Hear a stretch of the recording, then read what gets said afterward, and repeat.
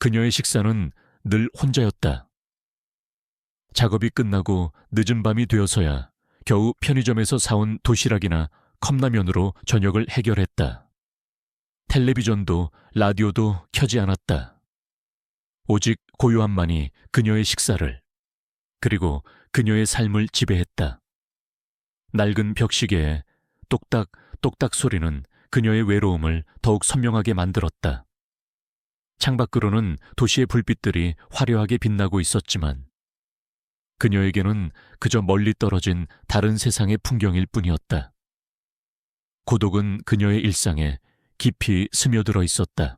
혜진은 늘 낡은 스케치북을 가지고 다녔다. 스케치북 안에는 추상적인 도형들과 알 수 없는 기호들, 그리고 정의와 균형을 상징하는 듯한 그림들이 가득했다. 때로는 복잡한 법전의 조항들이 흘려쓴 글씨로 채워져 있기도 했다. 그것들은 일반적인 그래픽 디자이너가 그릴 수 있는 수준을 넘어섰다. 그림은 너무나도 심오하고 의미심장해서 마치 그녀의 내면에 숨겨진 신념을 드러내는 듯했다. 이 스케치북은 그녀의 평범한 겉모습 뒤에 숨겨진 미스터리한 과거와 신념을 암시하는 작은 단서였다. 어느 비오는 주말 아침이었다. 혜진은 중요한 마감 기한을 맞추기 위해 새벽부터 노트북을 들고 카페로 향하고 있었다. 비가 억수같이 쏟아져 내렸고 그녀의 낡은 운동화는 빗물에 젖어 축축했다. 그때 길가에 버려진 박스 안에서 애처로운 강아지 울음소리가 들려왔다. 낑낑, 낑낑. 혜진은 발걸음을 멈췄다. 그녀는 어릴 적 개에게 물린 적이 있어 개를 극도로 무서워했다. 하지만 작은 강아지의 울음소리는 그녀의 발길을 붙잡았다. 빗물에 흠뻑 젖은 작은 강아지 한 마리가 몸을 떨며 박스 안에 웅크리고 있었다. 녀석의 다리는 다친 듯 절뚝거렸다.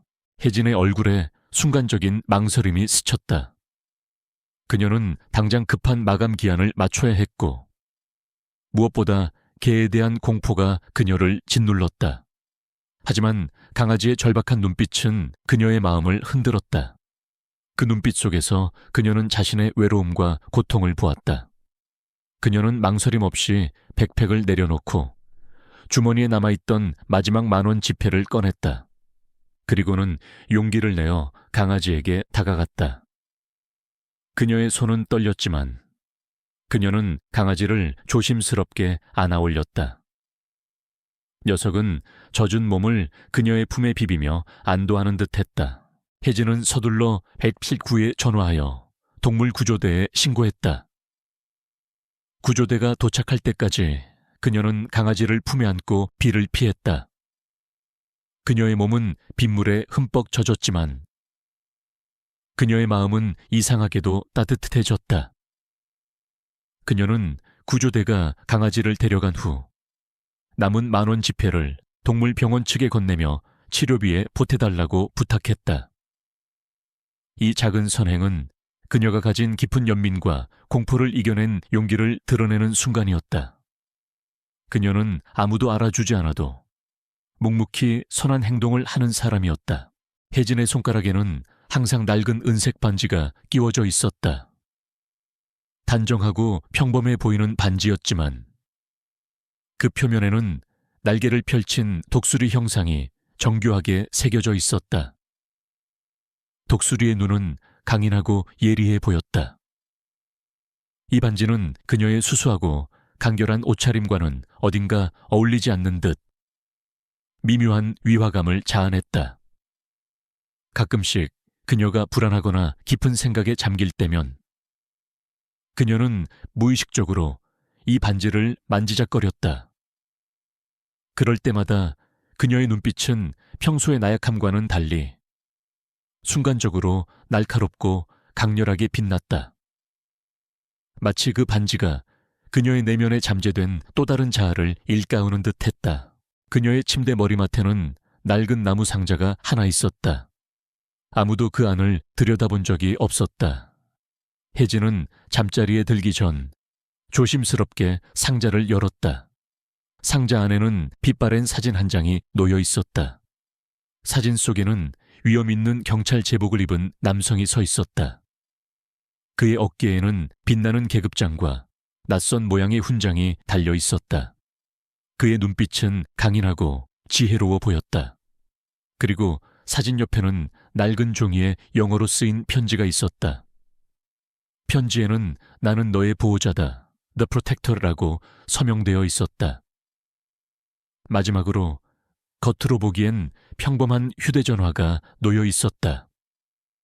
그 휴대전화에는 단 하나의 연락처만이 저장되어 있었는데 이름은 없고 암호화된 번호와 함께 The Guardian 수호자라는 이름이 적혀 있었다.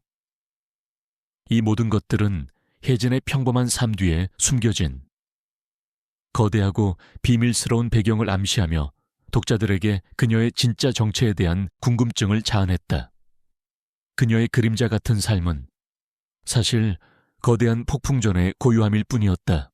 박해진 포 후이전의 삶은 늘 촉박한 마감 기한과 싸움이었다. 그날 아침도 마찬가지였다.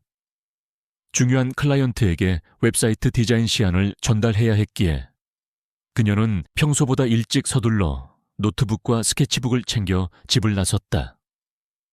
평소에는 대중교통을 이용했지만 이날만큼은 시간을 아끼기 위해 낡은 승용차를 몰았다. 그녀는 복잡한 서울 시내를 조심스럽게 운전하며 클라이언트가 있는 강남으로 향했다. 그녀의 마음은 온통 디자인 시안과 미팅에 대한 생각으로 가득했다. 오전 9시. 출근길 정체가 절정에 달한 강남대로 한복판이었다.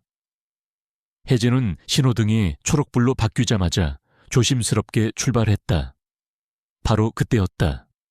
뒤에서 요란한 사이렌 소리가 들려왔다. 위이잉. 그녀는 백미러를 통해 경찰차 한 대가 자신을 바짝 뒤쫓아오고 있는 것을 확인했다. 심장이 철렁 내려앉았다. 내가 뭘 잘못했지. 그녀는 불안감에 휩싸였다. 경찰차는 혜진의 차 옆으로 바싹 붙더니 스피커를 통해 차량 우측으로 정차하세요 라고 지시했다. 혜진은 당황했지만 서둘러 차를 길게 세웠다. 경찰차에서 2명의 교통경찰이 내렸다. 한 명은 김기준 진지준 경위로 눈매가 날카롭고 표정이 냉담했다. 다른 한 명은 이현우 리쉔 요 경사로 몸집이 크고 거만해 보였다. 그들은 교통법규 위반 단속보다는 시민들을 괴롭히고 권력을 남용하기로 악명 높은 경찰들이었다. 기준 경위는 혜진의 차 창문을 탁탁 두드렸다. 혜진은 떨리는 손으로 창문을 내렸다. 차가운 아침 공기가 차 안으로 스며들었다. 차량 운전자, 면허증과 차량 등록증 제시하시오. 기준 경위의 목소리는 차갑고 권위적이었다. 혜진은 떨리는 손으로 지갑에서 면허증을 꺼내 내밀었다. 저, 무슨 일로 그러시는지 여쭤봐도 될까요? 현우 경사가 비웃듯이 말했다. 무슨 일이냐고. 지금 당신이 신호를 위반한 거 안 보여. 속도도 규정보다 훨씬 넘었고. 우리가 다 보고 있었어. 당신 같은 사람들은 법을 아주 우습게 아는구먼. 뻔뻔하게 발뺌하려 들지 마. 그의 말에는 노골적인 비난과 함께 약자를 함부로 대하는 오만함이 담겨 있었다. 혜진은 당황했다. 아닙니다. 저는 신호도 잘 지켰고 속도도 시끄러워 증거를 들이대야 믿겠다는 겁니까? 기준 경위가 짜증 섞인 목소리로 말을 끊었다. 경찰관의 지시에 불응하는 겁니까? 혹시 뒤에 뭐 숨기는 거라도 있나 수상한데. 그는 혜진의 차 내부를 훑어보며 마치 범죄자를 대하듯 의심스러운 눈초리를 보냈다. 혜진은 분노와 함께 치밀어 오르는 수치심을 억눌렀다. 그녀는 그들이 아무런 근거이 없이 자신을 괴롭히고 있다는 것을 알고 있었다. 그녀는 그들에게 반박하고 싶었지만 경찰이라는 권력 앞에서 그녀는 너무나 나약한 존재였다. 그녀는 중요한 미팅에 늦을까봐 더욱 불안했다. 그녀가 저항한다면 그들은 분명 더 심하게 그녀를 괴롭힐 터였다. 현우 경사는 혜진의 면허증을 돌려주지 않은 채 잠깐만 기다려. 우리가 시스템으로 확인 좀 해봐야겠어 라고 말했다. 그는 기준 경위와 함께 경찰차로 돌아가더니 키득거리며 혜진을 비웃는 듯한 대화를 나눴다. 그들은 일부러 시간을 끌고 있었다. 혜진은 그들의 눈빛에서 자신을 만만한 먹잇감으로 여기는 오만함을 읽었다. 그녀는 자신이 지금껏 살아왔던 조용한 삶, 그리고 다른 사람들에게 피해를 주고 싶지 않아 늘 침묵했던 삶이 오히려 자신을 더 큰 위험에 빠뜨리고 있다는 것을 깨달았다. 그녀의 심장은 불안하게 뛰었지만 그녀의 내면에서는 뜨거운 불꽃이 타오르기 시작했다. 그녀는 주먹을 꽉 쥐었다. 이대로 당할 수 없어. 그녀는 주머니 속 낡은 스케치북을 꽉 쥐었다. 스케치북 속에는 정의와 균형을 상징하는 그림들이 그녀에게 용기를 주는 듯했다. 그녀는 그들에게 무릎 꿇을 수 없었다. 그녀는 이 불합리한 상황에 정면으로 맞서기로 결심했다. 그녀는 더 이상 그림자 속에 숨어 지낼 수 없었다. 경찰차 안에서 키득거리는 기준 경위와 현우 경사의 비웃음 소리가 더욱 크게 들려왔다. 그들의 오만함은 이제 혜진의 분노를 폭발시키는 기폭제가 될 터였다. 강남대로 한복판. 박혜진 포 후이천의 차 옆에는 김기준 진 지준 경위와 이현우 리 슈엔요 경사의 경찰차가 여전히 정차해 있었다. 그들은 혜진의 면허증을 돌려주지 않은 채 무정이를 들고 장난스럽게 키득거리고 있었다. 그들의 눈빛에는 혜진을 만만한 먹잇감으로 여기는 오만함이 가득했다. 혜진의 마음은 불안했지만 동시에 치밀어 오르는 분노를 억누를 수 없었다. 그녀는 더 이상 그들의 불합리한 행동을 참고 있을 수 없었다. 그녀는 자신의 시계로 시간을 확인했다. 중요한 미팅에 늦을 참이었다. 경위님, 경사님, 지금 저를 정차시킨 이유가 명확하지 않습니다. 저는 신호 위반이나 과속을 한 적이 없습니다. 그리고 이렇게 아무런 근거 없이 시민의 통행을 방해하는 것은 직권남용에 해당합니다. 혜진의 목소리는 낮았지만 그 안에는 흔들림 없는 확신이 담겨 있었다. 기준 경위는 혜진의 말에 비웃음을 터뜨렸다. 오호, 이봐요 아가씨, 법이라도 좀 아시는 모양인데 경찰관이 교통 단속하는데 무슨 근거가 필요해. 그냥 수상하면 잡을 수 있는 거야. 법 공부라도 좀 하고 오지 그랬어. 그는 비아냥거렸다. 현우 경사 역시 거만하게 팔짱을 끼고 혜진을 내려다봤다. 우리가 하라면 하는 거지. 왜 이렇게 말이 많아? 계속 이러면 공무집행방해로 현행범 체포할 수도 있어. 혜진은 그들의 협박에 미동도 하지 않았다. 그녀의 눈빛은 더욱 차갑게 빛났다. 경위님, 도로교통법 제19조 2항에 따르면 경찰관은 교통단속 시 명확한 위반 사실을 고지하고 그에 대한 증거를 제시해야 합니다. 또한 공무집행방해죄는 정당한 공무집행에 대한 방해 행위에 적용됩니다. 지금 귀하들의 행위는 정당한 공무집행으로 보기 어렵습니다. 제 차량의 블랙박스와 귀하들의 순찰차에 부착된 카메라 기록을 확인하면 명확해질 겁니다. 혜진의 말에 기준 경위와 현우 경사의 얼굴이 굳어졌다. 그들은 혜진이 단순한 시민이 아니라 법에 대한 해박한 지식을 가지고 있다는 사실에 당황했다. 특히 블랙박스와 순찰차 카메라라는 단어에 그들의 눈빛이 흔들렸다. 그들은 자신들의 비양심적인 행동이 기록될 수 있다는 사실을 잊고 있었다. 바로 그때 길 건너편에서 한 남성이 이 모든 광경을 스마트폰으로 촬영하고 있었다. 그는 박준석이라는 젊은 변호사였다. 준석은 아침 일찍 법원 가는 길에 우연히 이 광경을 목격하고는 경찰관들의 불합리한 태도에 분노를 느껴 촬영을 시작했다. 혜진의 침착하고 논리적인 대응에 그는 놀라움을 금치 못했다. 저 여자, 보통이 아니군. 법률 지식이 상당한데.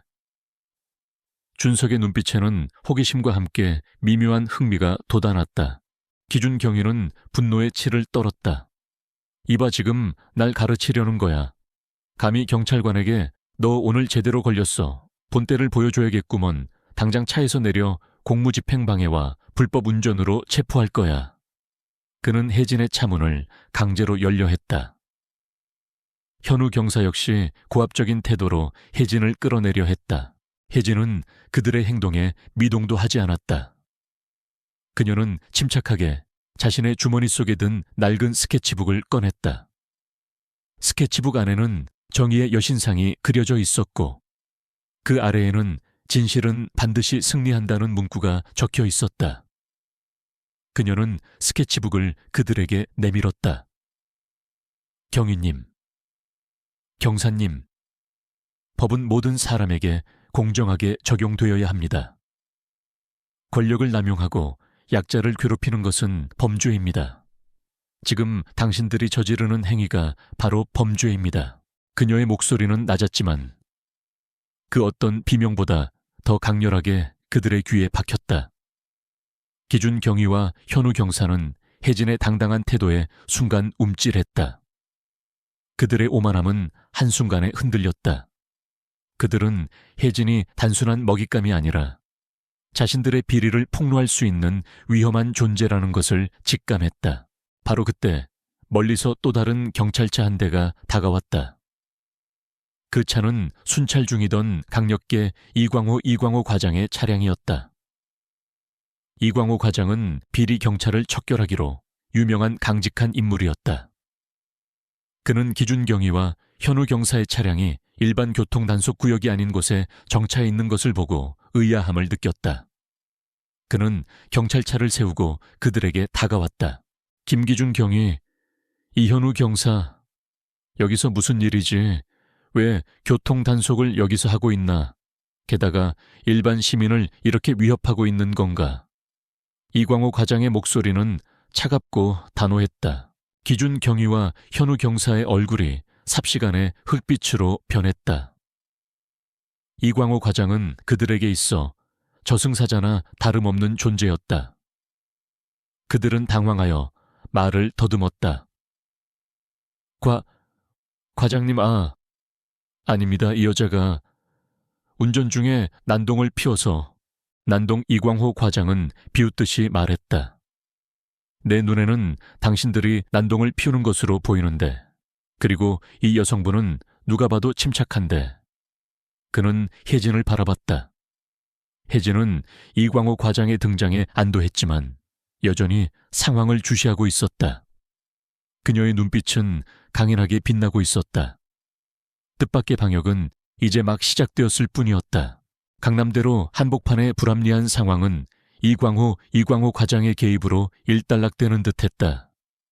김기준 경위와 이현우 경사는 이광호 과장 앞에서 쩔쩔매며 변명했지만 이미 그들의 얼굴에는 당혹감과 함께 체념이 가득했다.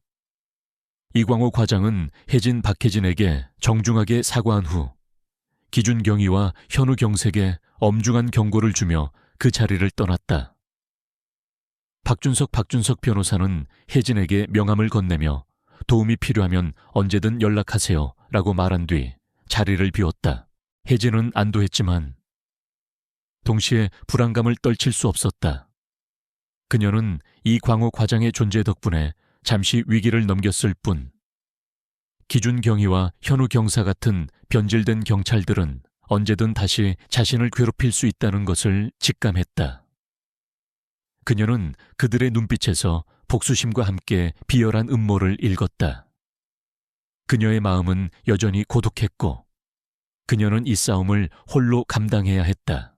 그날 오후 혜진은 중요한 클라이언트 미팅을 마친 뒤 자신의 차를 몰고 집으로 향했다. 하지만 그녀의 뒤에는 이미 그림자처럼 경찰차 한 대가 따라붙고 있었다. 기준 경위와 현우 경사였다. 그들은 이번에는 직접적인 위협 대신 혜진의 차를 미행하며 그녀에게 심리적인 압박을 가했다. 혜진은 백미러로 그들의 차를 확인하며 심장이 조여드는 것을 느꼈다. 그녀는 불안감에 운전대를 꽉 쥐었다. 집에 도착한 혜진은 자신의 아파트 입구에서 그들과 마주쳤다. 박혜진 씨, 우리가 당신이 저지른 모든 죄를 밝혀낼 때까지 당신은 편안하게 잠들 수 없을 겁니다. 당신이 우리를 모욕한 대가는 혹독할 겁니다. 기준경위의 목소리는 낮았지만 그 안에는 노골적인 협박이 담겨 있었다. 현우 경사는 비열한 미소를 지으며 혜진을 노려봤다. 그들은 그녀에게 불법적인 행위를 덮어씌울 작정이었다. 그날 밤 혜진은 잠을 이룰 수 없었다. 그녀는 자신의 방에서 노트북을 켜고 인터넷 뉴스 기사를 검색했다. 예상대로 이호준 경위와 현우 경사에 대한 부정적인 기사가 쏟아져 나오고 있었다. 하지만 동시에 그녀를 비난하는 기사들도 있었다. 경찰관을 모욕한 시민, 경찰의 정당한 공무집행을 방해한 범죄자 등 그들은 이미 언론을 통해 자신들의 거짓말을 퍼뜨리고 있었다. 혜진은 자신이 여론 싸움에서도 고립되어 있다는 것을 깨달았다. 다음 날 아침 혜진은 경찰로부터 출석 통보서를 받았다. 그녀는 공무집행방해와 경찰 모욕죄로 조사를 받게 될 것이었다. 그녀는 결국 경찰서로 향했다. 그곳은 그녀가 가장 피하고 싶었던 공간이었다. 어릴 적 부모님께서 억울하게 연루되었던 사건 이후 경찰서라는 곳은 그녀에게 늘 차갑고 두려운 곳이었다. 경찰서 조사실은 차갑고 비좁았다. 혜진은 그곳에서 기준 경위, 현우 경사, 그리고 이 사건을 총괄하는 수사과장 김상철과 마주했다. 김상철 과장은 탐욕스럽고 권위적인 인물로 기준 경위와 현우 경사의 비리를 묵인하고 보호해주는 대가로 개인적인 이득을 취하는 것으로 알려져 있었다. 그는 혜진을 처음부터 불순한 의도를 가진 범죄자로 낙인 찍고 있었다. 박혜진 씨, 당신이 경찰관을 모욕하고 공무집행을 방해한 혐의로 소환되었습니다. 지금 당신은 진실을 말해야 합니다. 그렇지 않으면 법적으로 큰 책임을 지게 될 겁니다. 상철 과장의 목소리는 위협적이었다. 그는 혜진에게서 자백을 받아내려는 듯 끊임없이 압박했다. 기준 경위와 현우 경사는 상철 과장의 뒤에 서서 비열한 미소를 지으며 혜진을 비웃었다. 그들은 혜진이 더 이상 빠져나갈 수 없을 것이라고 확신했다. 혜진은 그들의 비난에 묵묵히 맞섰다. 저는 아무것도 잘못한 것이 없습니다. 그들이 저를 불법적으로 정차시키고 모욕했습니다. 그들이 법을 위반했습니다. 비번 뻔하군. 상철 과장이 윽박질렀다. 증거 있어. 당신의 말만으로는 아무것도 증명할 수 없어. 당신의 블랙박스 영상은 조작되었을 가능성도 있고 목격자 진술도 불분명해. 우리는 이미 당신을 범죄자로 확신하고 있어. 지금 당장 자백하는 것이 당신에게 이로울 거야. 그렇지 않으면 당신은 구속될 것이고 당신의 모든 커리어는 끝장날 거야. 그는 혜진에게 종이 한 장을 내밀었다. 구속 영장이었다. 경찰서 유치장의 차가운 공기가 그녀의 목을 조여오는 듯했다. 혜진은 다시 한번 고독함을 느꼈다. 그녀의 곁에는 아무도 없었다. 그녀의 부모님이 겪었던 억울한 과거가 주마등처럼 스쳐 지나갔다. 그녀는 이번에도 자신이 홀로 모든 것을 감당해야 한다는 사실에 절망했다. 그녀의 손가락은 무의식적으로 낡은 은색 반지를 만졌다. 독수리 형상이 그녀의 손끝에 닿았다. 그녀의 뇌리 속에는 돌아가신 남편의 목소리가 울려 퍼졌다. 혜진아, 세상은 때론 불공평하지만 진실은 반드시 밝혀진단다. 너는 강한 사람이니 절대 포기하지 마라. 남편의 목소리는 그녀에게 용기와 지혜를 불어넣어 주었다. 상철 과장은 시계를 확인했다. 자, 시간은 얼마 없어. 자백할 건가 아니면 구속될 건가? 그의 목소리에는 냉소가 가득했다. 혜진은 눈을 감았다가 다시 떴다. 그녀의 눈빛은 더 이상 불안하지 않았다. 그 속에는 강렬한 불꽃이 타올랐다. 그녀는 그들을 똑바로 응시했다. 그는 그들의 오만함과 무지를 끝낼 때가 왔음을 직감했다. 그녀는 주머니 속 낡은 휴대전화를 꺼냈다. 그 안에는 암호화된 단 하나의 연락처가 저장되어 있었다. 수호자, 고독한 진실의 대결은 이제 모든 것을 뒤흔들 최후의 전쟁이 될 터였다. 경찰서 조사실은 김상철 과장의 위협적인 목소리로 가득 차 있었다. 김기준 경위와 이현우 경사는 그의 뒤에 서서 박해진 포후이전을 비웃는 듯한 시선을 보냈다. 그들은 혜진이 더 이상 빠져나갈 수 없을 것이라고 확신했다. 구속영장이 그녀의 눈앞에 놓여 있었고 유치장의 차가운 공기가 그녀의 목을 조여오는 듯했다. 자, 박혜진 씨, 마지막 기회입니다. 순순히 당신의 죄를 자백하고 선처를 구하세요. 그렇지 않으면 당신은 당신의 모든 것을 잃게 될 겁니다. 상철 과장의 목소리에는 냉소적인 비웃음이 가득했다. 그는 혜진이 겁에 질려 무너질 것이라고 생각했다. 그러나 혜진은 동요하지 않았다. 그녀의 얼굴에는 더 이상 두려움이나 불안이 없었다. 그 대신 강렬한 결의와 함께 모든 것을 꿰뚫어 보는 듯한 차분함이 감돌았다. 그녀는 입꼬리를 살짝 올리며 미소 지었다. 상철 과장은 그녀의 예상치 못한 반응에 당황한 듯했지만 이내 다시 오만한 표정을 지었다. 자백이요, 저는 아무것도 잘못한 것이 없습니다. 혜진의 목소리는 낮았지만 그 어떤 비명보다 더 강렬하게 울려 퍼졌다. 그녀는 주머니 속 낡은 휴대전화를 꺼냈다.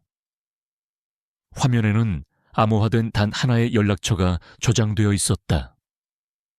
수호자, 혜진은 망설임 없이 통화 버튼을 눌렀다.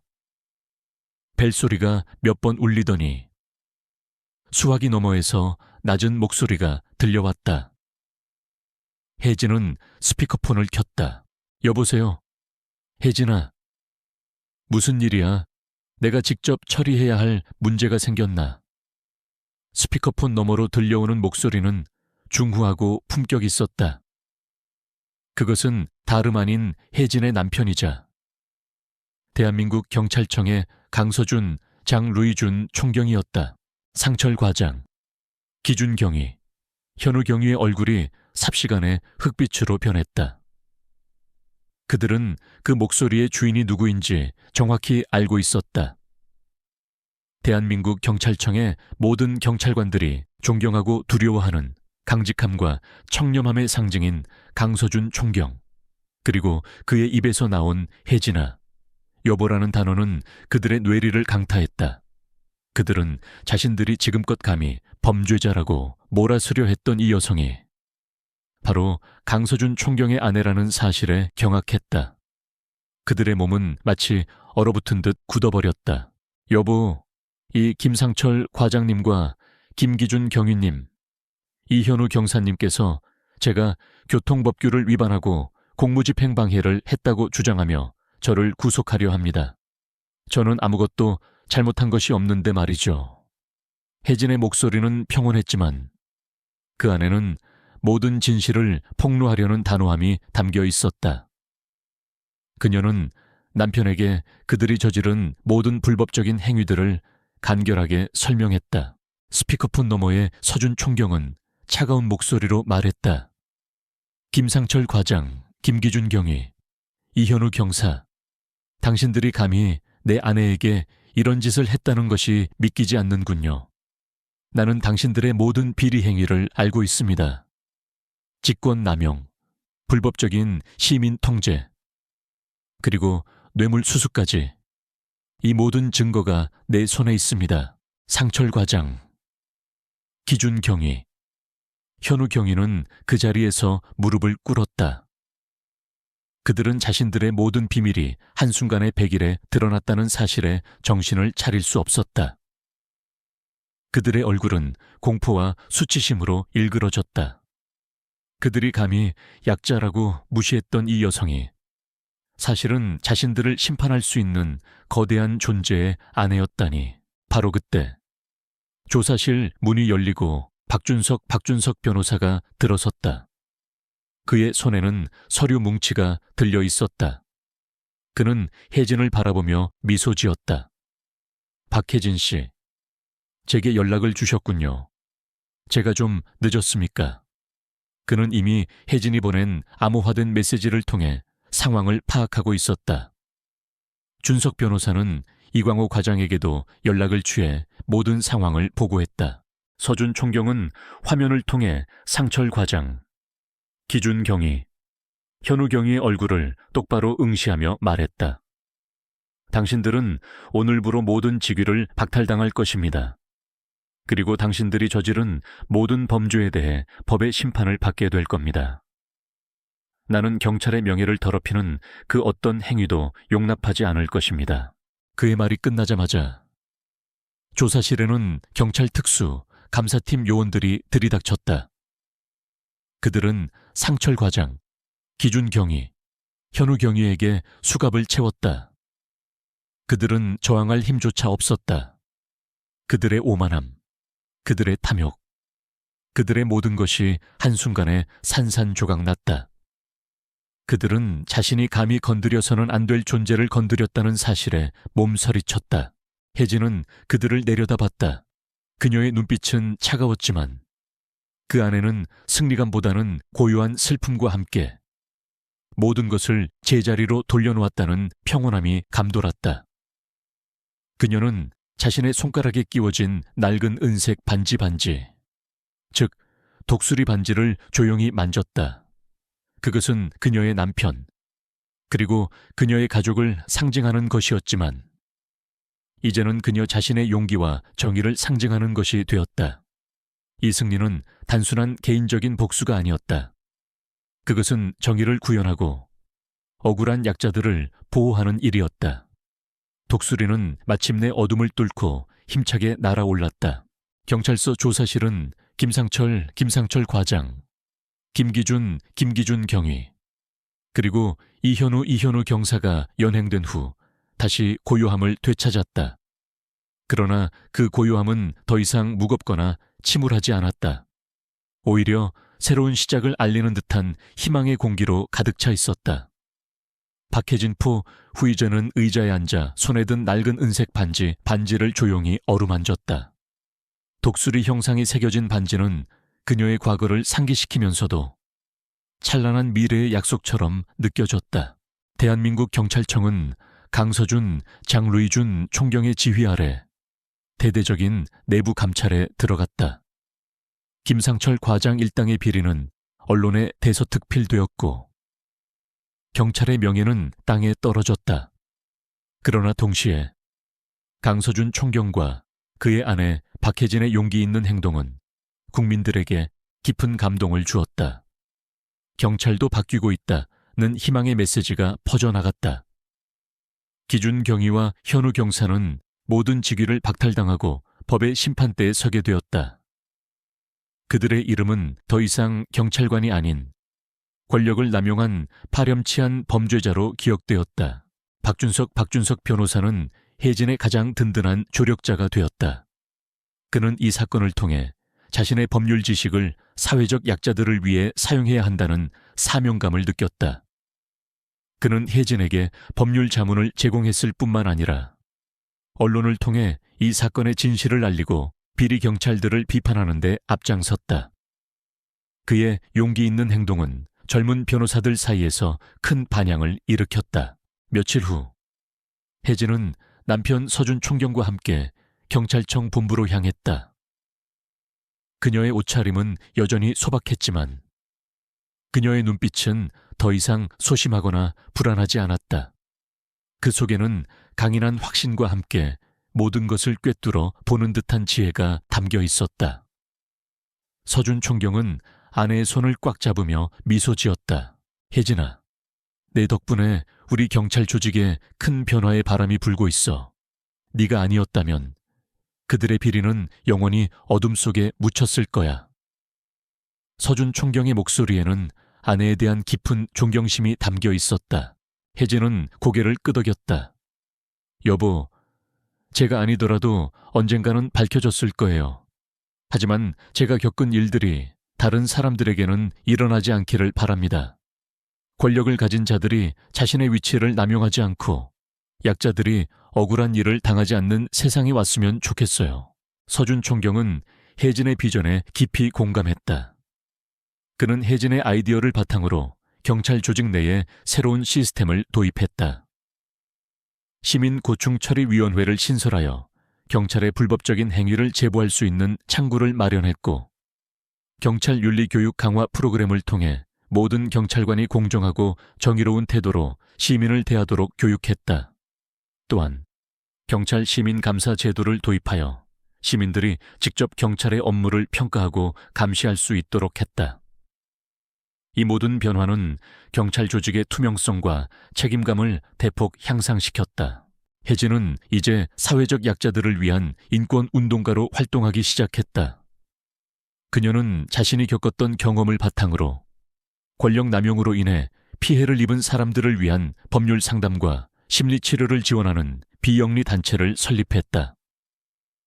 그녀는 전국을 돌며 강연을 했고 자신의 이야기를 통해 사람들에게 용기와 희망을 주었다.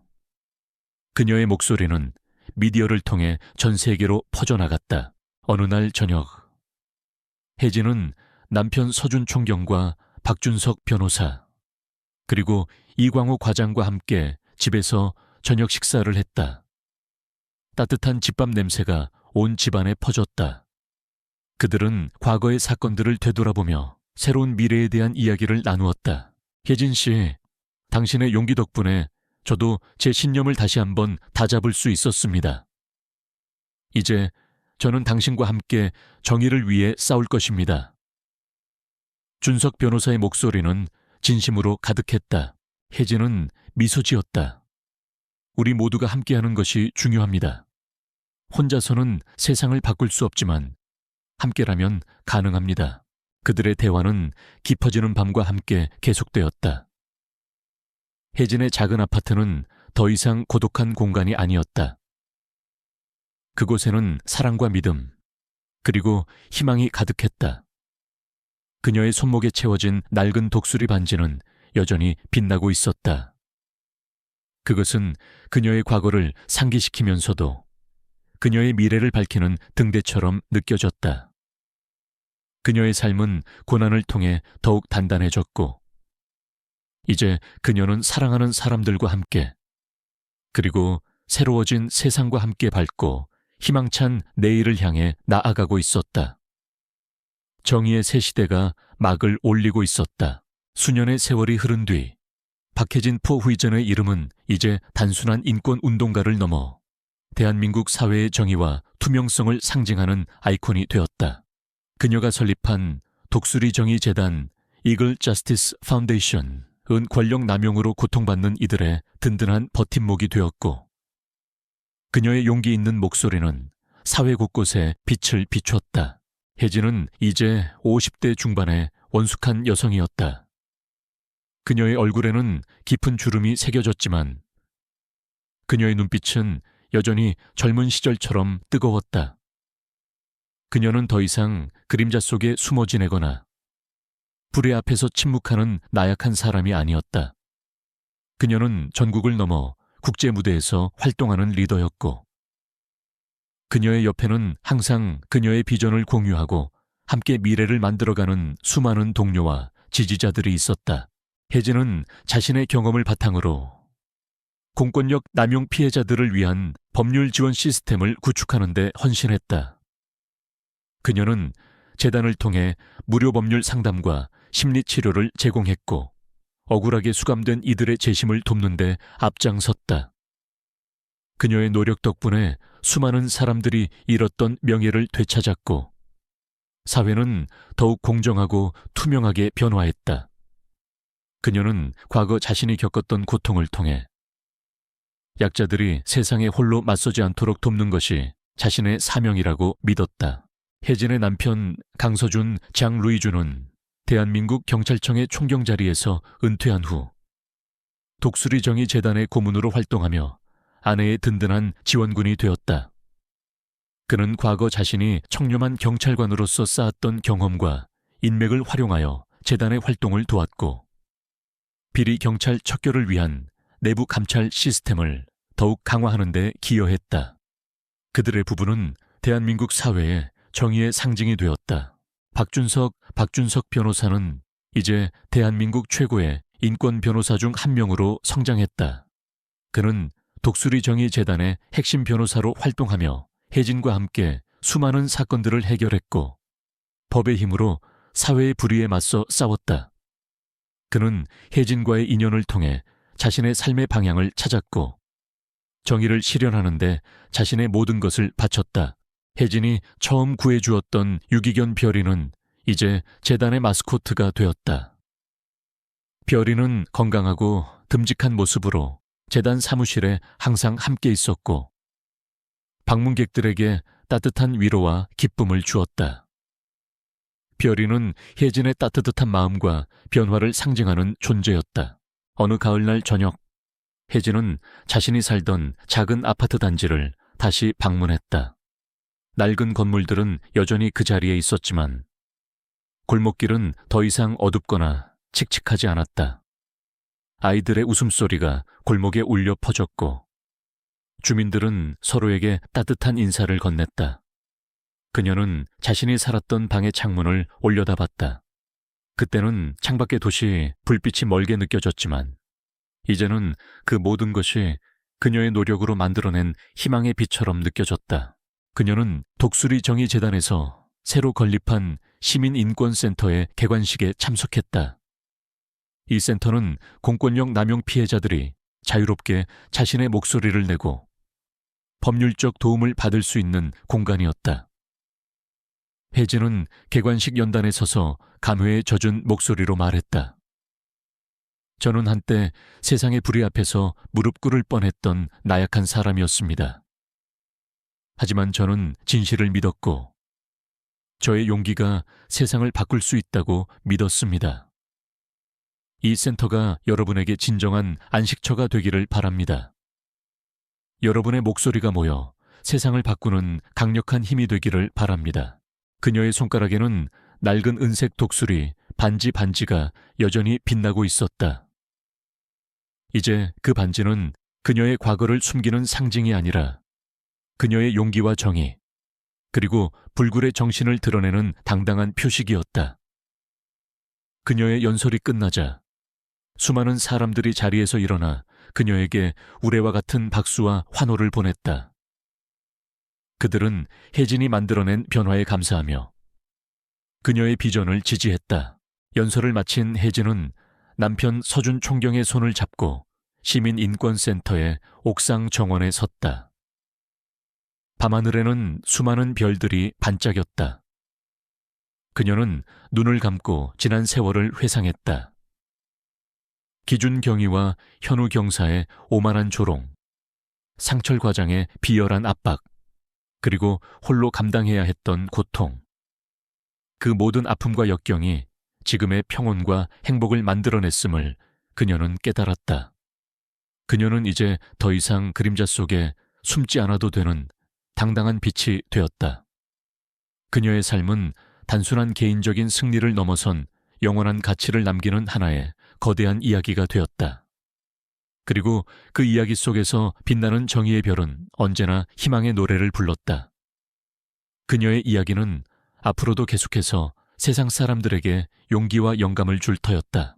혜진의 고통과 용기, 그리고 그녀가 만들어낸 감동적인 변화에 깊이 공감하셨다면 아래에 댓글을 남겨 여러분의 생각을 공유해 주세요. 저희 채널의 다음 흥미진진하고 감동적인 이야기를 놓치지 않으시려면 이 영상에 좋아요를 누르고 구독하는 것을 잊지 마세요. 여러분의 좋아요, 댓글, 그리고 구독은 저희가 더 나은 콘텐츠를 만들고 더 많은 감동을 선사할 수 있도록 하는 큰 힘이 됩니다. 다음 이야기에서 다시 만나요. 새벽의 고요함이 서울 교외의 작은 아파트 단지를 감쌌다. 희미한 달빛만이 좁은 골목길을 비추었고 멀리서 들려오는 도시의 소음은 이곳까지 닿지 못하는 듯했다. 박해진 후이전은 낡은 책상에 앉아 얇은 이불을 덮고 있었다. 탁 컴퓨터 키보드를 누르는 소리만이 고요한 방 안을 채웠고 그 소리는 그녀의 숨소리만큼이나 작고 조용했다. 코끝을 스치는 식어버린 커피 향과 차가운 공기는 그녀의 고단한 일상을 대변하는 듯했다. 그녀의 눈은 모니터 화면에 고정되어 있었지만 그 눈빛 속에는 피로와 함께 지워지지 않는 쓸쓸함이 그림자처럼 드리워져 있었다. 혜진은 프리랜서 그래픽 디자이너였다. 그녀는 주로 작은 기업의 로고, 디자인이나 웹사이트 레이아웃 작업을 맡아 생계를 유지했다. 그녀의 작업은 섬세하고 창의적이었지만 늘 낮은 단가와 빠듯한 마감 기한에 시달려야 했다. 그녀는 언제나 허름한 옷차림에 화장기 없는 얼굴로 사람들의 시선에서 벗어나려 노력했다. 그녀의 존재는 마치 그림자처럼 희미했다. 클라이언트들은 그녀의 능력보다는 그녀의 저렴한 가격에만 관심을 가졌고 그녀를 그저 조용하고 말없는 디자이너로 여겼다. 그녀는 그들의 시선 속에서 점점 더 자신의 세계에 갇혀갔다.